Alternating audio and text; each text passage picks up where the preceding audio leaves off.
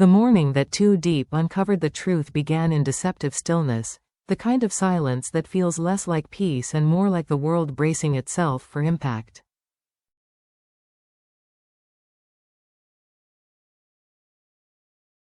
She stood alone in the small garden behind her house, where the early sunlight filtered through banana leaves, turning the air soft and almost tender.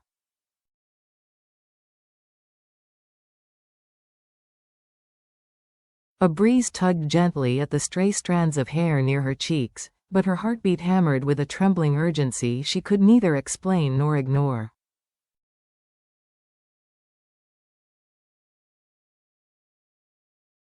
Barely an hour earlier, she had overheard a conversation that was never meant for her ears, a conversation that changed everything.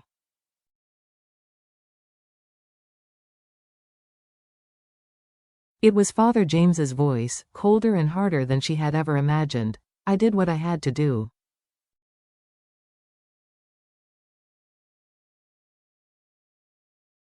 "If James ever finds out the whole story, everything will collapse." The words struck her like a falling tree.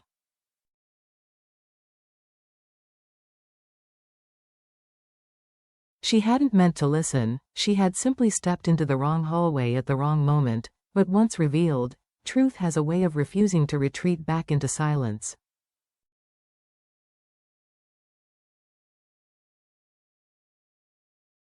Too Deep pressed a shaking hand to her chest, willing her heart to slow. She had always sensed that Father James disliked her, perhaps even feared her influence on his son.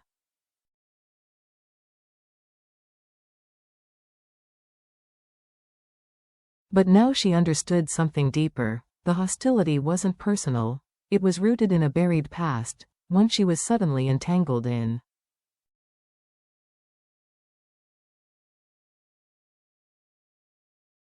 Fragments of what she heard looped through her mind: a debt, a piece of land, his family.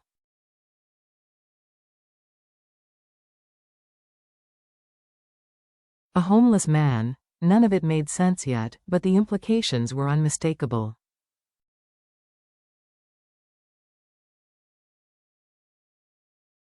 Father James had been hiding something terrible, something that had carved the rift between him and James, something with the power to destroy everything his son had built.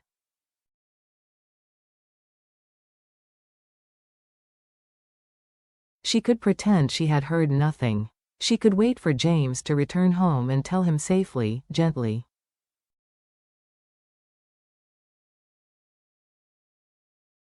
But another part of her, the part that loved fiercely and braved storms without hesitation, whispered.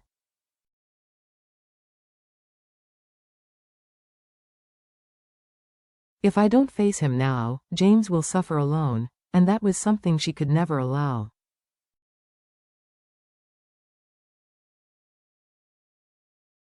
With hands still trembling, she stepped into the living room, grabbed her bag, and locked the door behind her.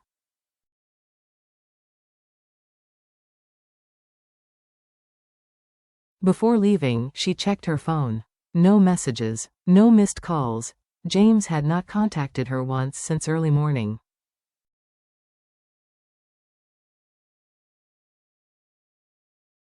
He's probably in a meeting, she told herself, or dealing with something at the construction site.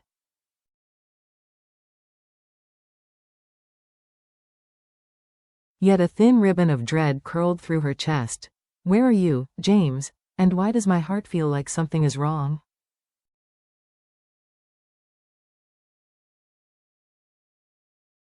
She started the engine of her motorbike, the roar slicing through the quiet. Determination settled in her eyes.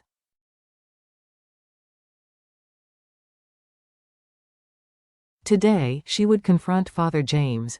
Today, she would force the truth into the light.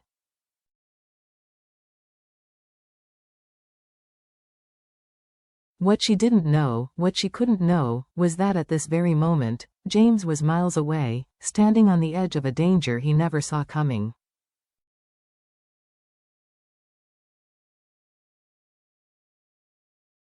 The gate of the James estate loomed before her, tall and cold, a monument designed to keep people like her out.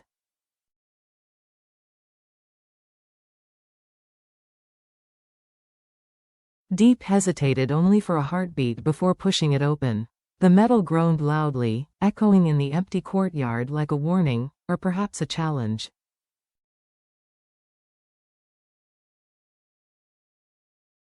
Inside, the world felt heavier. Even the wind seemed unwilling to move. Father James sat on the porch, reviewing documents with an unnerving calm.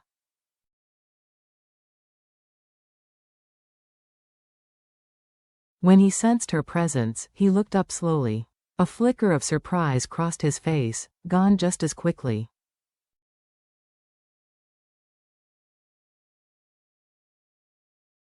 "So," he said, voice clipped. "You came." Deep swallowed. "I need to talk to you."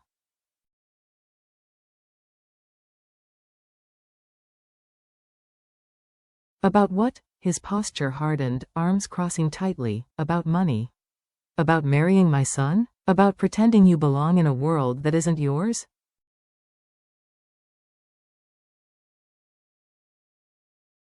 His tone was a blade, cold, precise, designed to cut. Deep held her ground. "I heard what you said this morning."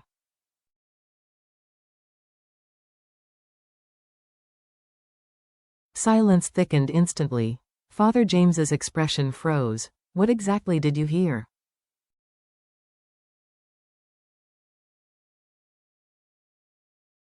"That James doesn't know the truth. And that everything will collapse if he does." She inhaled shakily.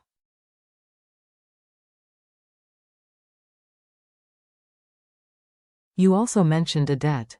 Land. And someone who has known about me since I was small."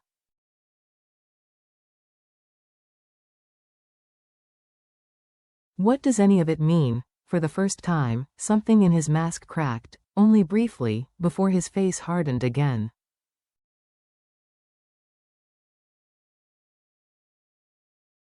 He stood, walked down the porch steps, stopping just a meter from her. "You should not have listened," he said flatly.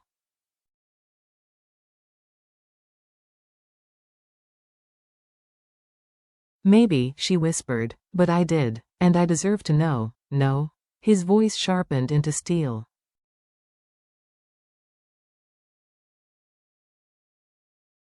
"What you deserve is to stay far away from my son. You are the reason danger keeps circling him."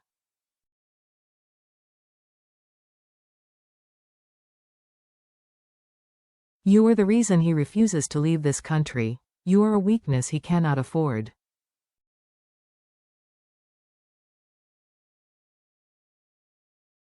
The words burned, but she refused to look away. "You're wrong," she said quietly.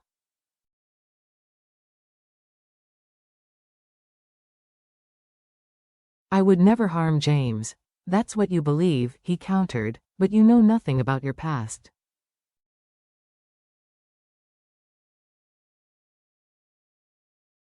"About your family's past. And if James discovers it, everything he has worked for will fall apart."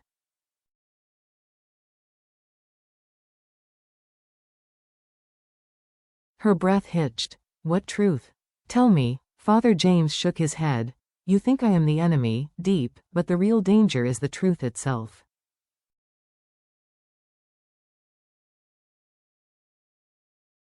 "And once it reaches James, my son will be ruined. Then let me carry it," she said, voice trembling but steady.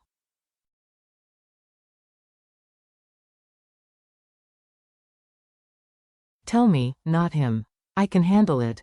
A cold, bitter smile curved his lips. "You're brave."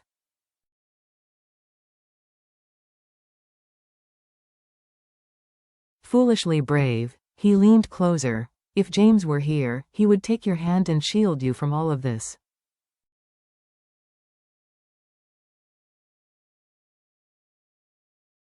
"But he isn't." The next words dropped like stones. "Because right now, something has already happened."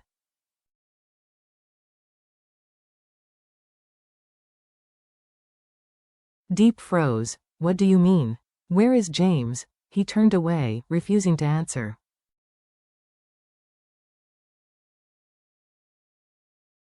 Panic surged through her chest. "Where is James?" "Tell me," Father James said only.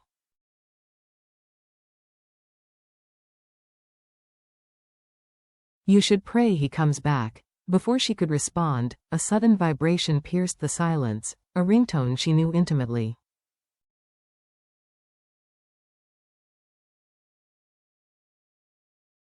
James's ringtone. Her blood ran cold. The sound came from inside the house. Deep didn't wait.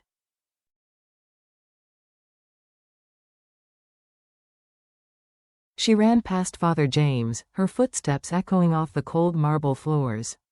The vast interior felt suffocatingly silent, every sound swallowed by empty hallways.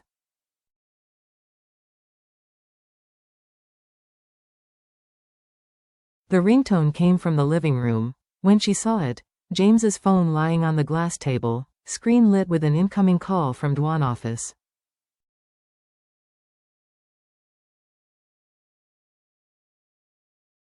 Her chest tightened painfully. If James had left the country, if he was on the way to Cambodia?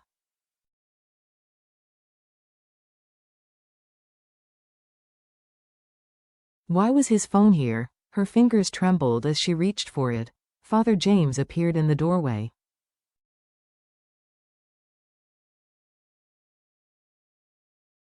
You shouldn't touch that. She ignored him and answered, James? James, are you there?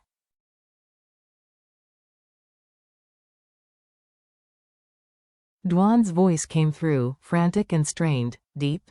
Why do you have his phone? Where is he? He hasn't checked in, he was supposed to call hours ago.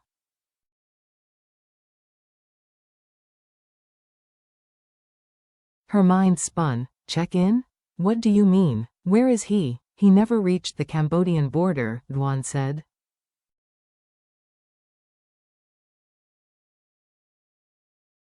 He disappeared after leaving the main road.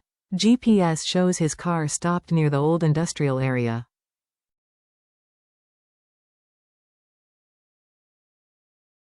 After that, nothing. Nothing. The word hit her like an avalanche. He's missing? Deep whispered.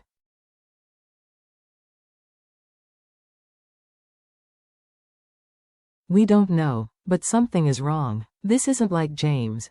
Behind her, Father James remained silent, but the tension in his jaw revealed everything.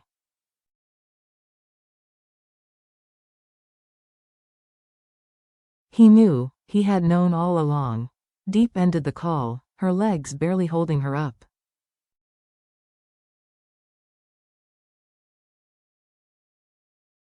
Why didn't you tell me? Her voice was barely more than breath.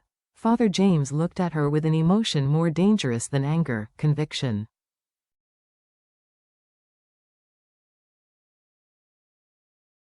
He left the country because of me. Because people are watching me. The less you know, the safer you remain.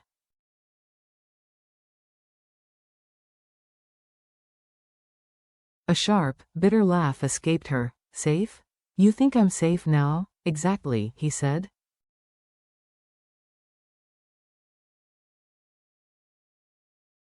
Which is why you must step away. Leave him. Leave this family. Before the truth destroys both of you.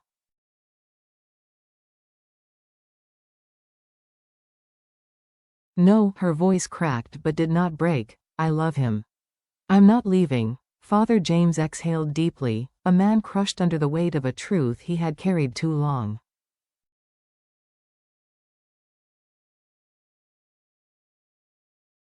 You don't understand, he murmured. What is coming? Your past, James's past, mine, they are intertwined in ways you cannot imagine.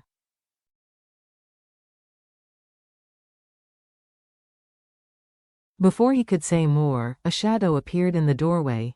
James. Dust clung to his clothes.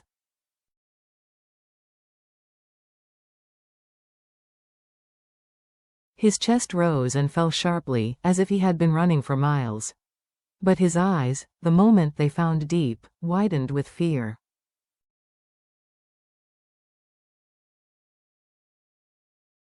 Deep, he breathed. Are you okay? She nodded, though nothing inside her felt steady.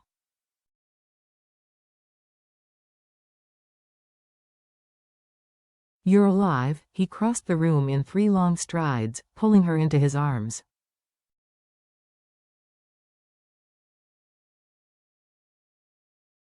His heartbeat slammed against her cheek, fierce, trembling, real. "I'm here," he whispered.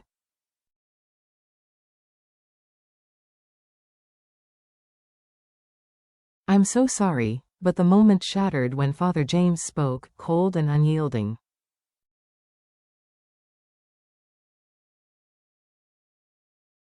"Enough. You shouldn't have come back." James turned, shielding Deep behind him. "What did you say to her?"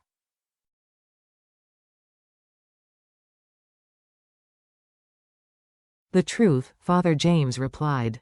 "Something you've been too afraid to tell her."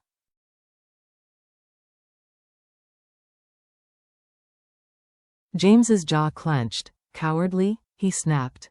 "I nearly died because of the mess you created."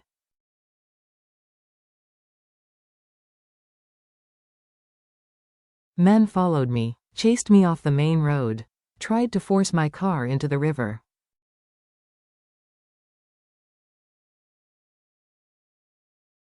I had to abandon it and run through the industrial zone to escape." Deep gasped. "You were attacked?"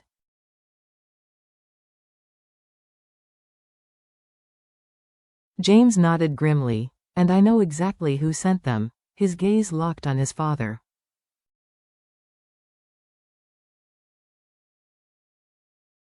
Father James didn't deny it. Didn't even flinch. "I was trying to protect you," he said quietly.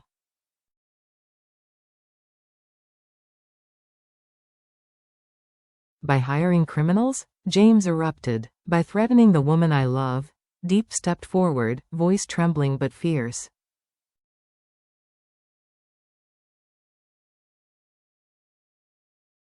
"Why? Why destroy your own son's happiness?" For the first time, Father James's composure broke.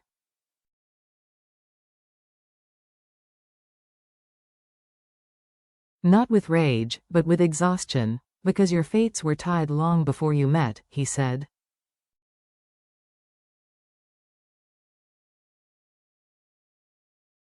"Your family suffered because of decisions I made. The hardships of your life, part of them were my fault."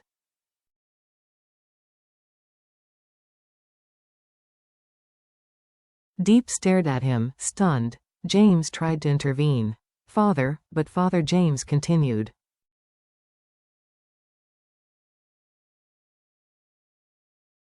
"Our wealth, it was built partly on land that wasn't ours. Land taken from families too powerless to fight back."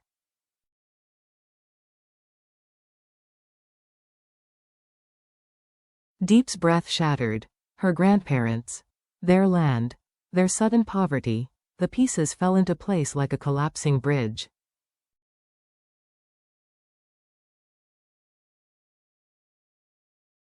Father James looked at her with something like remorse. "Your family was one of them."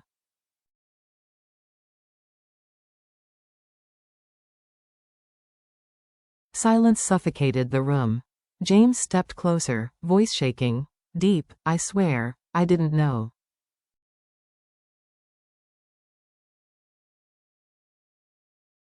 Tears welled in her eyes, not of weakness but of emotional collision, love and hurt woven together.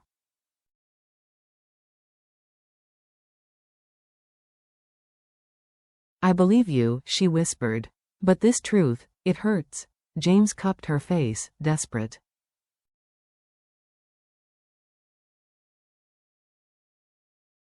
"I don't care about the past. I care about our future." Behind them, Father James stood motionless, suddenly old, suddenly human.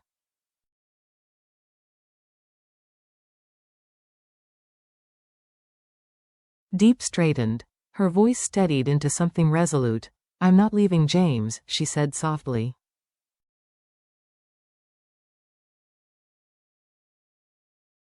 "Not because of your past, not because of fear, not because you want us apart." She turned fully to James, taking his hand.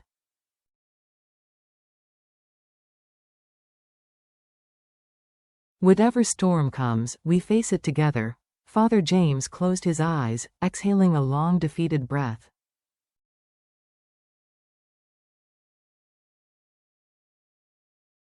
And in the quiet that followed, James pulled Deep close, this time with a vow burning in his gaze.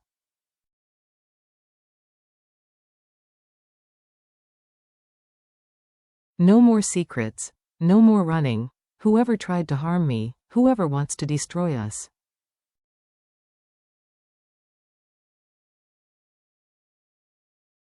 I'll find them, and I'll protect you, always.